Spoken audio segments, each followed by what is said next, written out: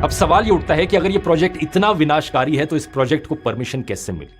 यहां पर सरकार का एक और फ्रॉड सामने आता है। इंडिया में जब भी कोई प्रोजेक्ट फॉरेस्ट लैंड पर बनाना हो तो एक प्रोसेस फॉलो करना होता है। इन लोगों का बाहरी दुनिया से संपर्क ना के बराबर है, लेकिन अब ये प्रोजेक्ट इन्हें पूरी तरीके से खत्म कर सकता है।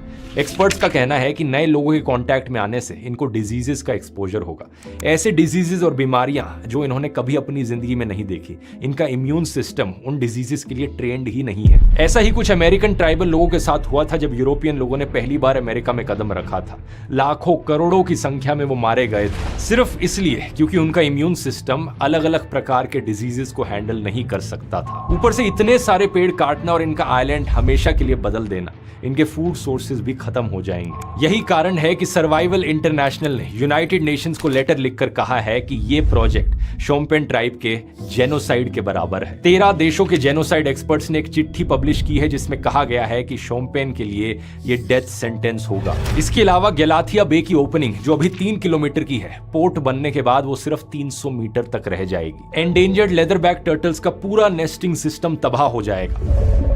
इसके अलावा 16,150 से ज्यादा कोरल कॉलोनीज, कोरल रीफ्स जो इस आइलैंड के पास मौजूद हैं, वो नष्ट हो जाएंगी। सरकार कहती है कि हम उन्हें रीलोकेट कर देंगे। साइंटिस्ट कहते हैं कि ये साइंटिफिक मैडनेस है, क्योंकि कोरल रीफ्स को ऐसे रीलोकेट नहीं किया जा सकता। कोरल कॉलोनीज की रीलोकेशन साइंस में एक नई फील्ड है। ये अभी तक साइंटिफिकली प्रूव भी नहीं हुआ है कि वो रीलोकेट करने पर सर्वाइव करती हैं कि नहीं। Corals are a very slow-growing species. We probably wouldn't see an actual idea of what a successful translocation would be for 10, 20, 30 years.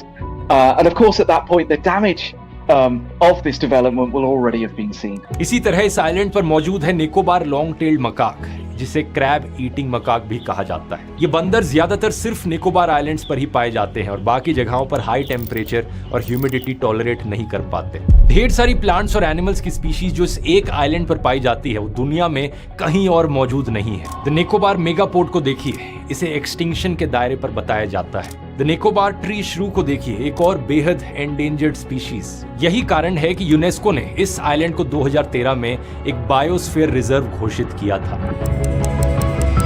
अब सवाल ये उठता है कि अगर ये प्रोजेक्ट इतना विनाशकारी है तो इस प्रोजेक्ट को परमिशन कैसे मिली। यहां पर सरकार का एक और फ्रॉड सामने आता है। इंडिया में जब भी कोई प्रोजेक्ट फॉरेस्ट लैंड पर बनाना हो तो एक प्रोसेस फॉलो करना होता है। फॉरेस्ट राइट्स एक्ट 2006 के तहत अगर सरकार को कहीं पर जंगल काटना है तो वहां रहने वाले आदिवासियों से पहले परमिशन लेनी पड़ती है। इसके लिए एक सब डिविजनल लेवल कमेटी बनाई जाती है जो वेरीफाई करती है कि कौन कौन से लोग उस जमीन पर रहते हैं और क्या वो प्रोजेक्ट के लिए अपनी जमीन देने को तैयार है। बिना इस प्रोसेस को पूरा किए फॉरेस्ट लैंड डाइवर्ट करना इलीगल है।